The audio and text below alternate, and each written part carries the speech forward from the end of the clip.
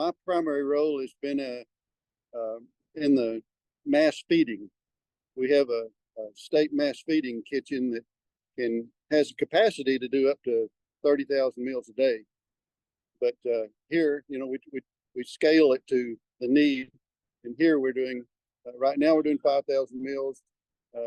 Thursday, we plan to move up to 10,000 meals a day. I also head up a chainsaw team that's based in Athens.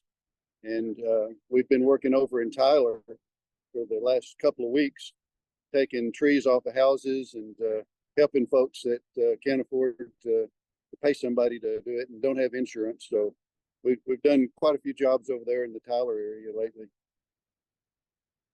So just kind of elaborate on what you told me, or say what you told me again before we started recording, just the fuel, okay, kind of what you're seeing down there. Well, driving down yesterday, we made the mistake of driving all the way to past Conroe and tried to pull into a truck stop, and the cars were out almost onto the freeway on Interstate 45.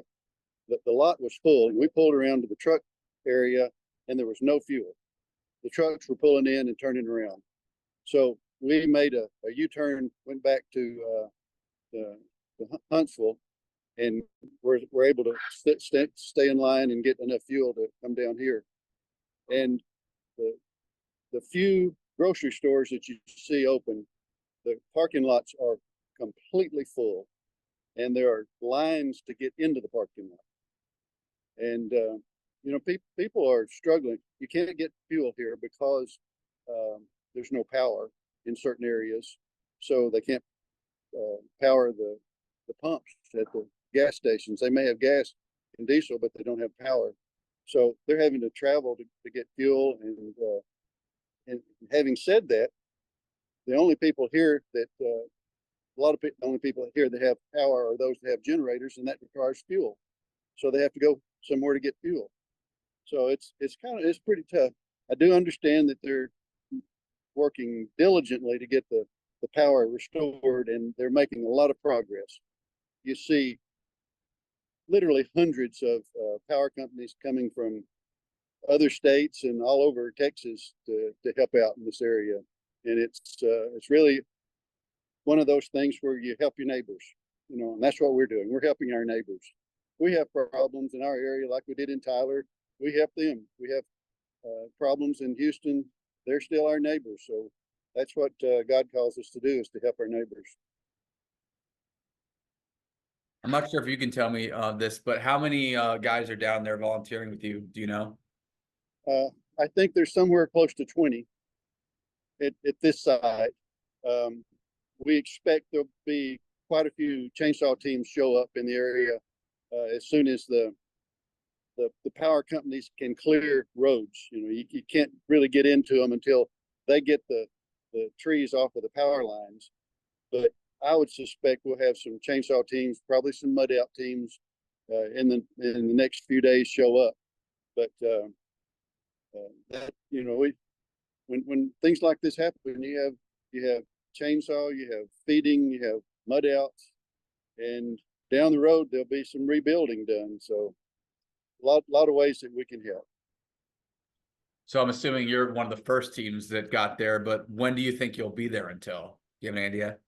Well, we're probably going to have a relief team come in later, first part of next week, and we'll stay through middle of the week and transition to another team feeding here. But it all depends on the need and how quickly the power gets up. Just think about it. Even if grocery stores have food, they probably have a lot of spoilage because they didn't have enough generators to keep it from spoiling. And people's houses have the same issue. They've got refrigerators full of spoiled food. So it's going to be a while before they can get back to a point where they can be supporting themselves. And a lot of people travel away from here to get to friends and family where they can stay. But to come back here, it's pretty tough to get back to normal here without power. I mean, it seems that Houston is just a city that's so susceptible to this. I mean, talk about Harvey back a couple years ago. and just the nature of the city, what are the people that you're helping saying back to you? Well, I mean, you can,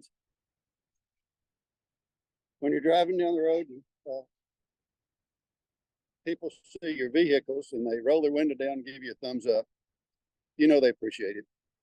I mean, they're struggling, and any help we can give them, they're deeply appreciative. All right.